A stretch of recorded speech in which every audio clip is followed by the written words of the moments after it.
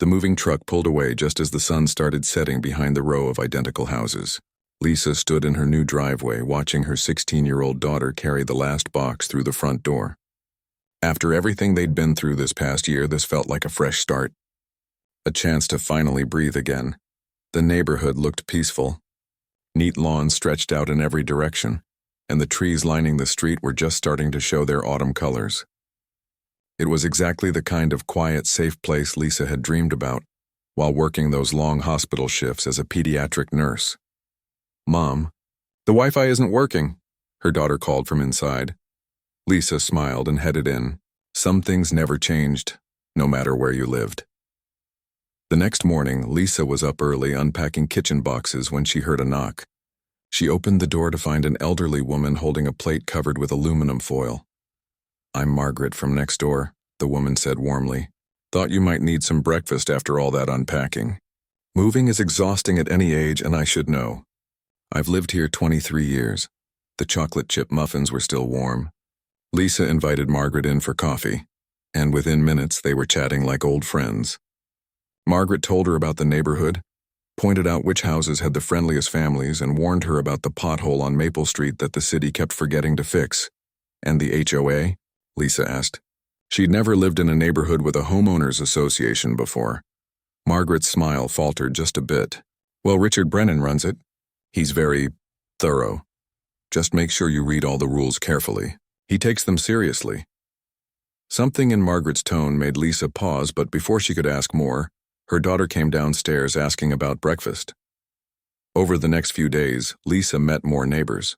The couple across the street helped her figure out which day was trash pickup. A young family down the block invited her daughter to babysit their kids. Everyone seemed genuinely kind, and Lisa felt her shoulders relax in a way they hadn't in months. Maybe this really was going to work out. She spent the weekend making the house feel like home. She painted her daughter's room the light blue they'd picked out together. She hung curtains in the living room, and because she'd always loved gardening, she planted a small flower bed along the front walkway. Nothing fancy, just some colorful mums and a few decorative stones she'd found at the hardware store. It made her happy every time she looked at it. On Monday morning, Lisa was getting ready for her first shift at the new hospital when someone rang the doorbell. She opened it to find a man in an expensive-looking suit holding a clipboard. He was probably in his early 50s with perfectly styled hair and a smile that didn't quite reach his eyes. "Good morning. I'm Richard Brennan, president of the Oakwood Hills Homeowners Association. Welcome to the neighborhood." "Oh, thank you," Lisa said. "I'm Lisa. It's nice to meet you." Richard's eyes swept past her, scanning her front yard. His smile tightened. "I see you've done some landscaping. That's wonderful. However, I need to inform you that your flower bed extends approximately 6 inches beyond the approved landscaping boundary outlined in Section 4.2 of the HOA guidelines." Lisa blinked. "I'm sorry, what?" "Your flowers," Richard said, pointing with his pen. "They're in violation of the property codes. I'm afraid I'll need to issue you a citation and a fine of $500. $500? Lisa felt her stomach drop. "For 6 inches? Rules are rules," Richard said, his tone pleasant but firm. "They're designed to maintain property values for everyone. I'm sure you understand. The fine needs to be paid within 30 days. He handed her an official-looking form and turned to leave. "Wait," Lisa said. "Isn't there some kind of warning system?" "I just moved in. I didn't know." Richard turned back and something cold flickered in his expression. "Ignorance of the rules isn't an excuse, I'm afraid. But welcome to Oakwood Hills. I'm sure you'll learn quickly." He walked back to his luxury car parked at the curb, leaving Lisa standing in her doorway holding the citation.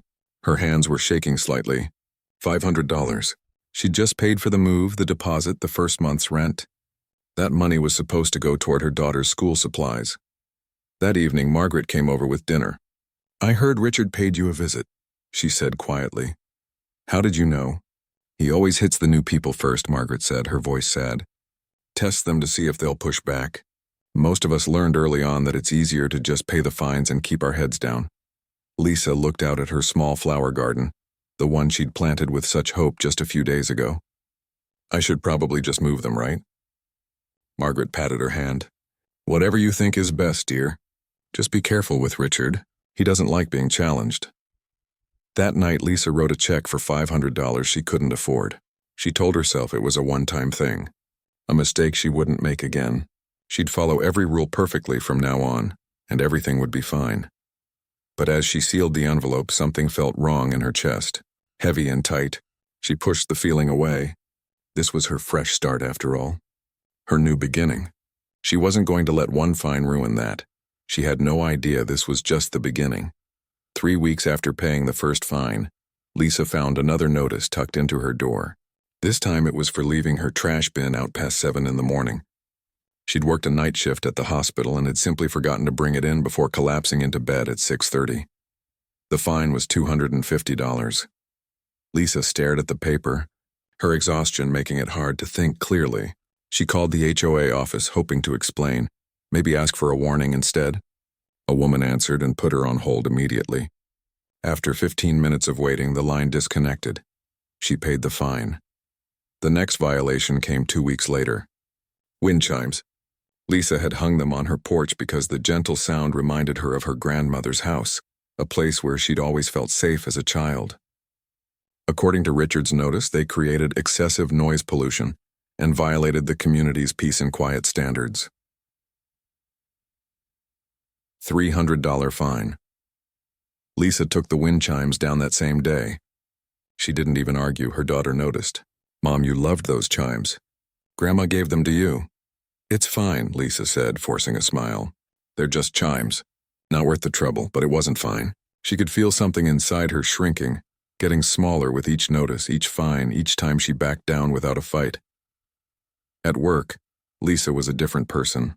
When a parent questioned her judgment about their child's care, she stood firm but kind, explaining medical decisions with confidence. When the hospital administration tried to cut nursing staff, she'd been the first to speak up at the meeting, advocating for patient safety. Her colleagues respected her because she knew how to stand her ground. But at home, in her own neighborhood, she felt powerless. The other neighbors started noticing too. David Chen, a retired high school teacher who lived 3 doors down, stopped her one morning while she was getting her mail. "Lisa, I've been watching what Richard's doing to you," he said, keeping his voice low. "It's not right. He's targeting you specifically." "I don't think so," Lisa said, though even she didn't believe her own words. "I've just been making mistakes." "I've lived here 12 years, David said. "I've seen Richard go after people before, but never like this. Some of us think—" He hesitated. "Well, he asked you out for dinner a few weeks ago, didn't he?" Lisa felt her face flush. It was true. Richard had shown up one evening with a bottle of wine, suggesting they get to know each other better over dinner. She'd politely declined, saying she wasn't ready to date yet. He'd smiled and said he understood, but something in his eyes had gone cold. "That doesn't mean he's doing this because of that," Lisa said. David looked at her with the same patient expression he probably used on stubborn students. "Maybe not. But either way, you don't have to keep taking it. Some of us would back you up if you wanted to fight these fines." Lisa thanked him but said nothing more. That night she couldn't sleep, thinking about what David had said. But fighting felt impossible.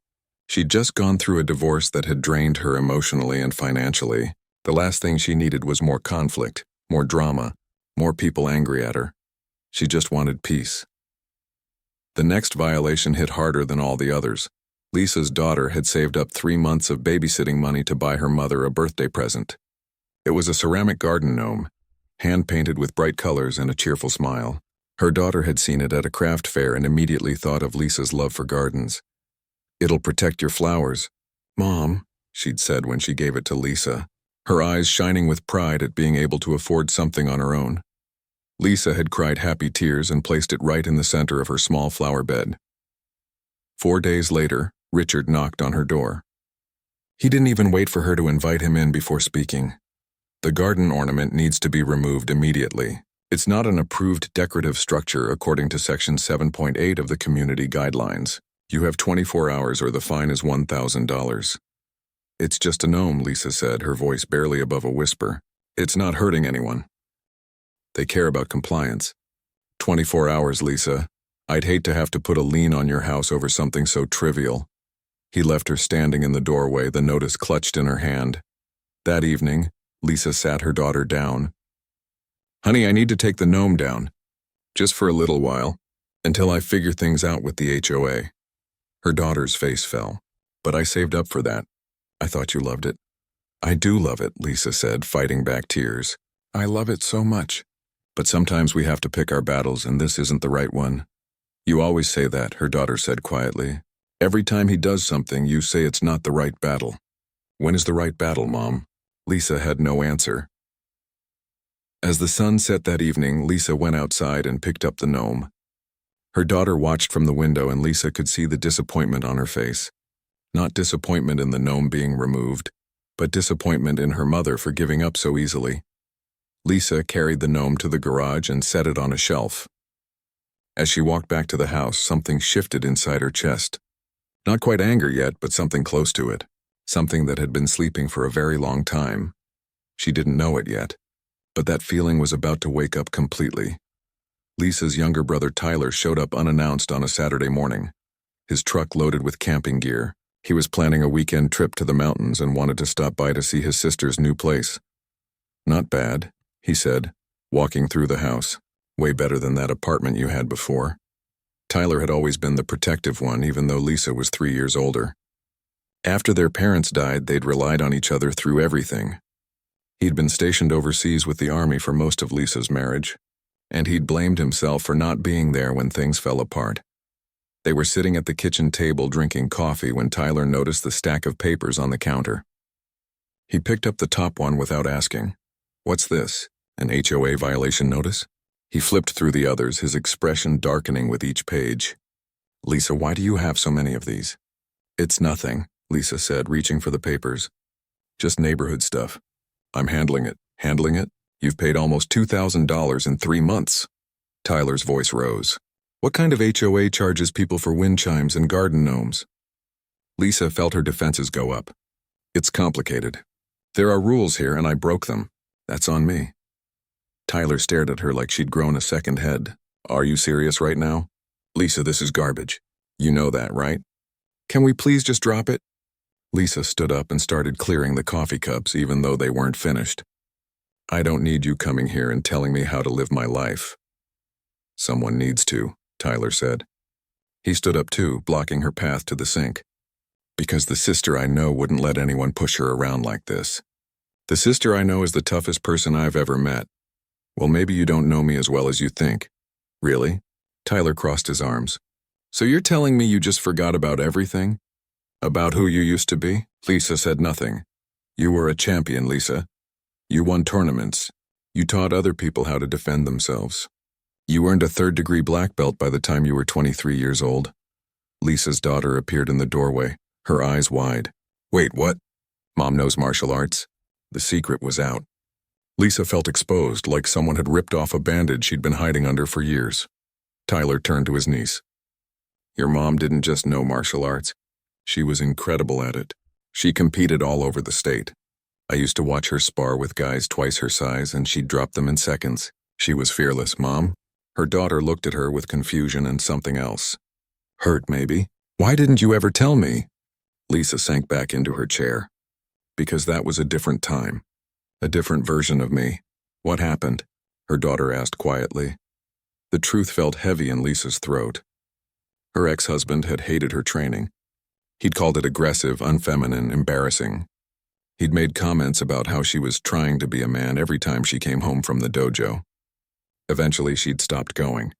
She told herself it was to save her marriage, to keep the peace, to be the kind of wife he wanted. It hadn't saved anything. He'd left anyway. I just stopped, Lisa said finally. And after the divorce, I didn't want to go back. It reminded me of everything that went wrong. Tyler knelt down beside her chair. Sis, that's exactly backward. Your training wasn't the problem. Giving it up was. You stopped being yourself to make someone else happy, and it still wasn't enough. I'm not that person anymore, Lisa whispered. Yes, you are, her daughter said. Both Lisa and Tyler looked up in surprise. The girl had tears in her eyes. You're still that person, Mom. I see it at the hospital when you talk about your patients. I see it when you help the neighbors. You're strong and brave, but here in our own house, you're scared. And it's making you someone you're not. The words hit Lisa like a physical blow. Out of the mouths of teenagers came truth she'd been avoiding for months.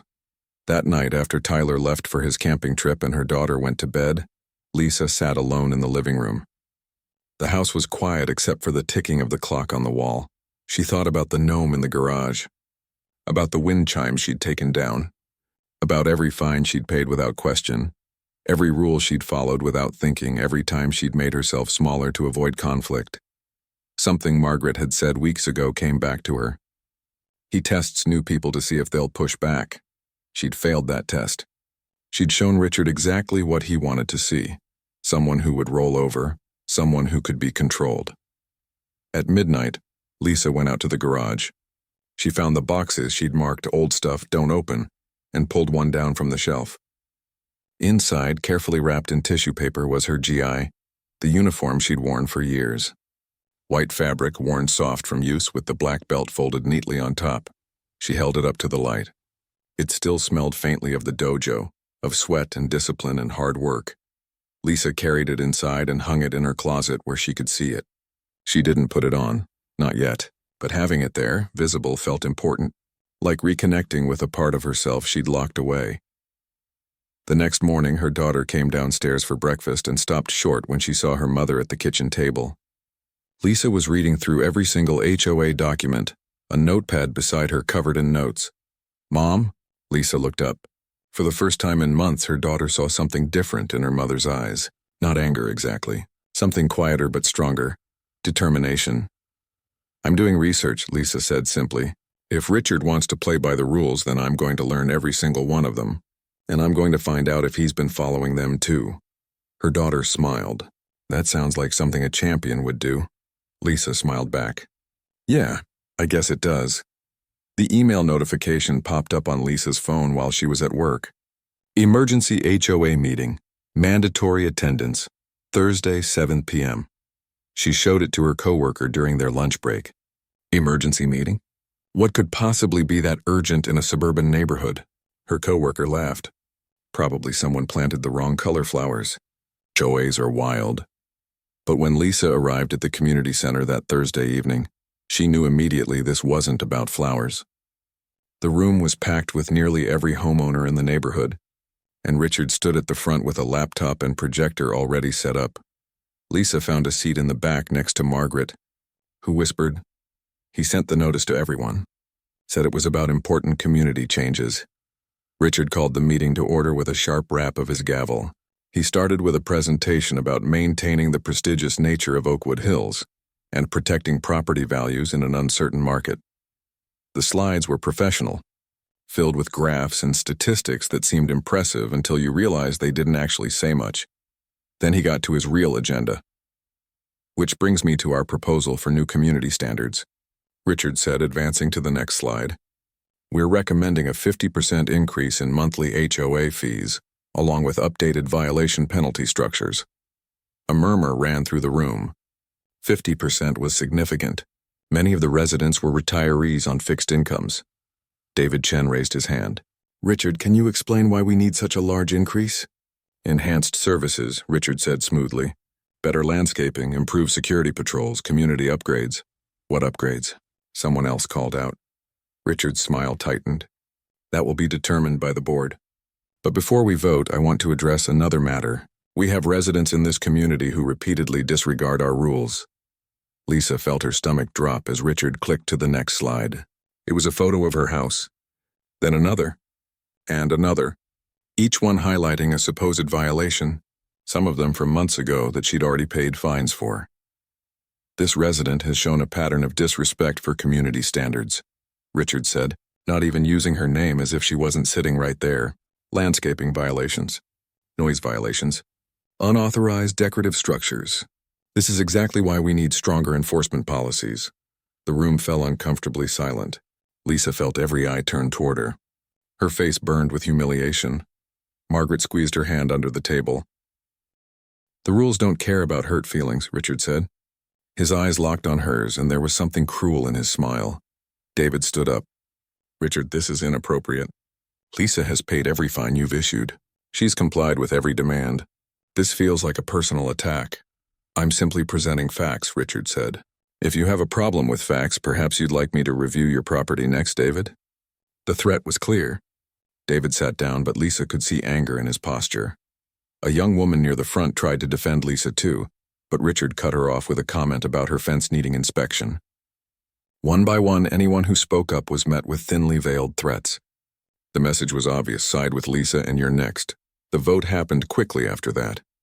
Most people raised their hands in favor of Richard's proposals, not because they agreed, but because they were afraid. Lisa watched it happen, feeling sick. The meeting ended with Richard announcing the new policies would take effect immediately. People filed out quickly, avoiding eye contact with Lisa. She sat in her chair, unable to move, feeling smaller than she ever had. Richard packed up his laptop, taking his time. When most people had left, he walked past Lisa's row. He paused, leaned down, and spoke quietly enough that only she could hear. You should really consider selling your house.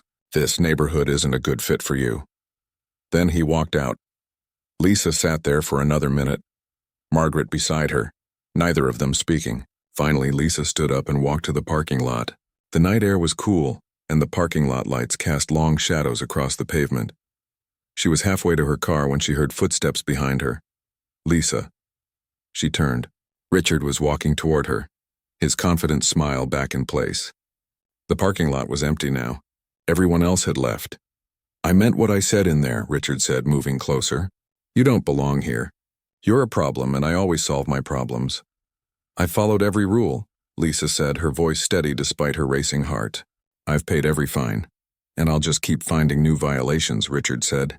He was standing too close now, invading her space deliberately. I can make your life miserable. I can fine you into bankruptcy.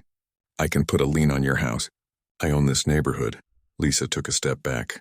Richard matched it with a step forward. Here's what's going to happen, he said, his voice low and mean. You're going to sell that house and leave. Or I'm going to make you wish you had. He reached out and grabbed her arm, his fingers digging in hard enough to hurt. Do we understand each other?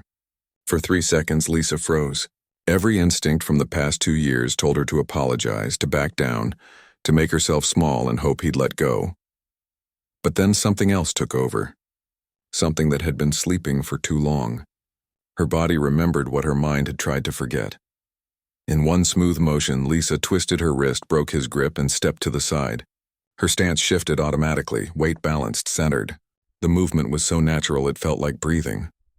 Richard stumbled backward, shock and fear flashing across his face. He caught himself against a car, staring at her like he was seeing her for the first time. Lisa's voice came out calm and clear. Don't ever touch me again. She walked to her car, got in, and drove away. In her rearview mirror, she could see Richard still standing there, frozen in the parking lot. Her hands didn't start shaking until she pulled into her own driveway. Inside the house, her daughter was waiting up. Mom, are you okay? You look pale. Lisa sat down at the kitchen table. I need to tell you what happened at the meeting. As she told the story, her daughter's expression went from concern to anger to something that looked almost like pride. You defended yourself, her daughter said. Actually defended yourself. I didn't hurt him, Lisa said quickly.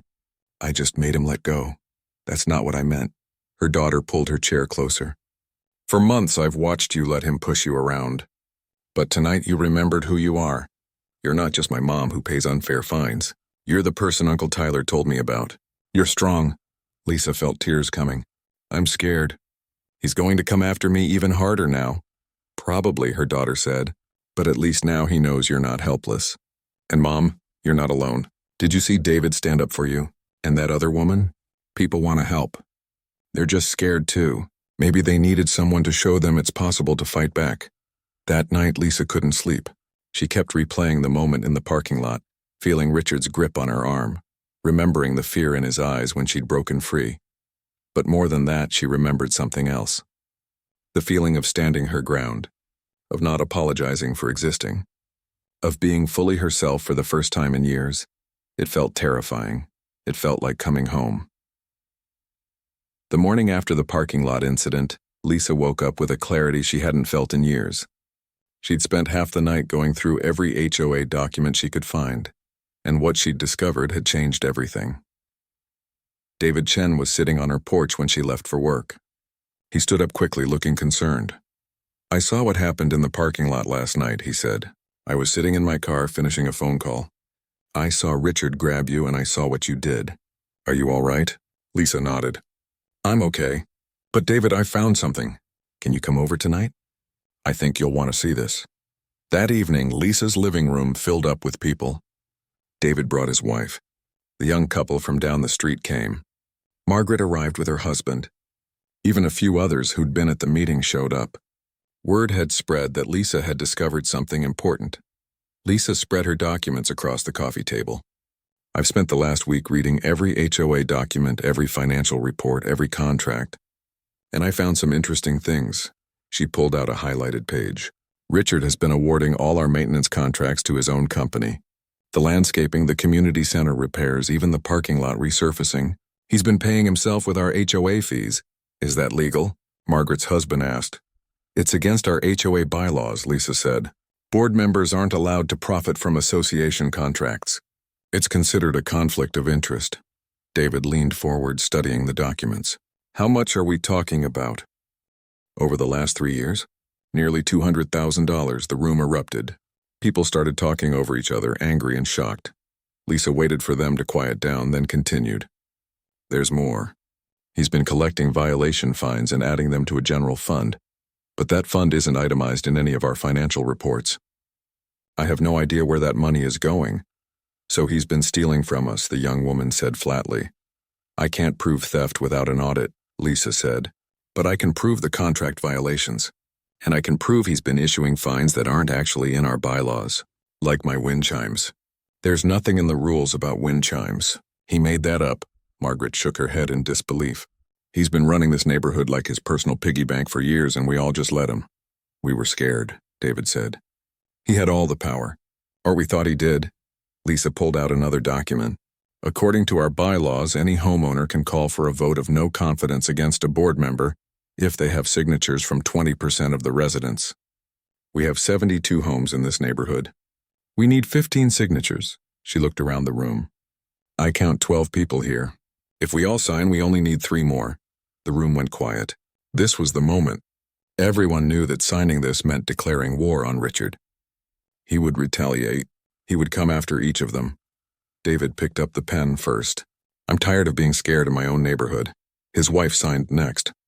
Then Margaret. One by one, everyone in the room added their names to the petition. Over the next 2 days, Lisa and David quietly approached 3 more neighbors. All of them signed. By Friday, they had what they needed.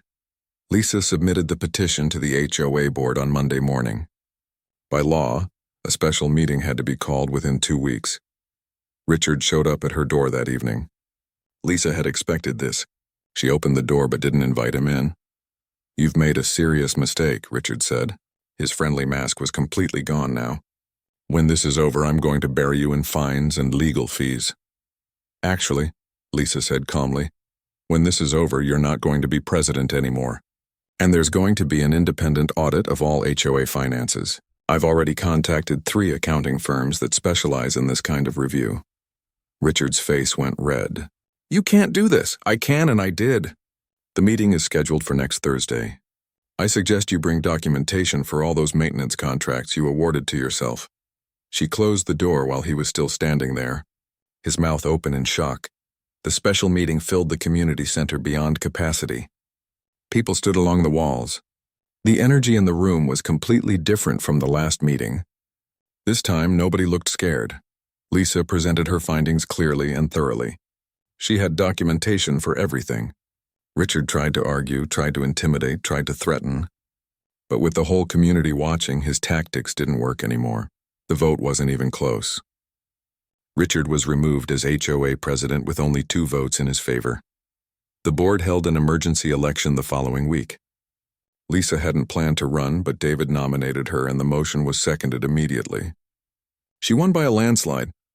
Her first act as president was to hire an independent auditor. Her second was to review and eliminate all the unreasonable rules Richard had invented over the years.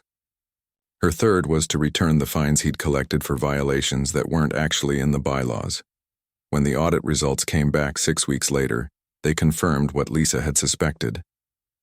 Richard had been skimming money from the HOA for years. The board voted to pursue legal action, and Richard quietly settled out of court. returning most of the money and agreeing to move out of Oakwood Hills. On a bright Saturday morning 3 months later, Lisa stood in her front yard replanting her flower garden. The mums had survived the winter and she was adding some new colors for spring. Her daughter came outside carrying something carefully wrapped in newspaper. "I thought maybe it was time," she said, handing it to Lisa. Inside was the garden gnome, its cheerful painted face smiling up at her.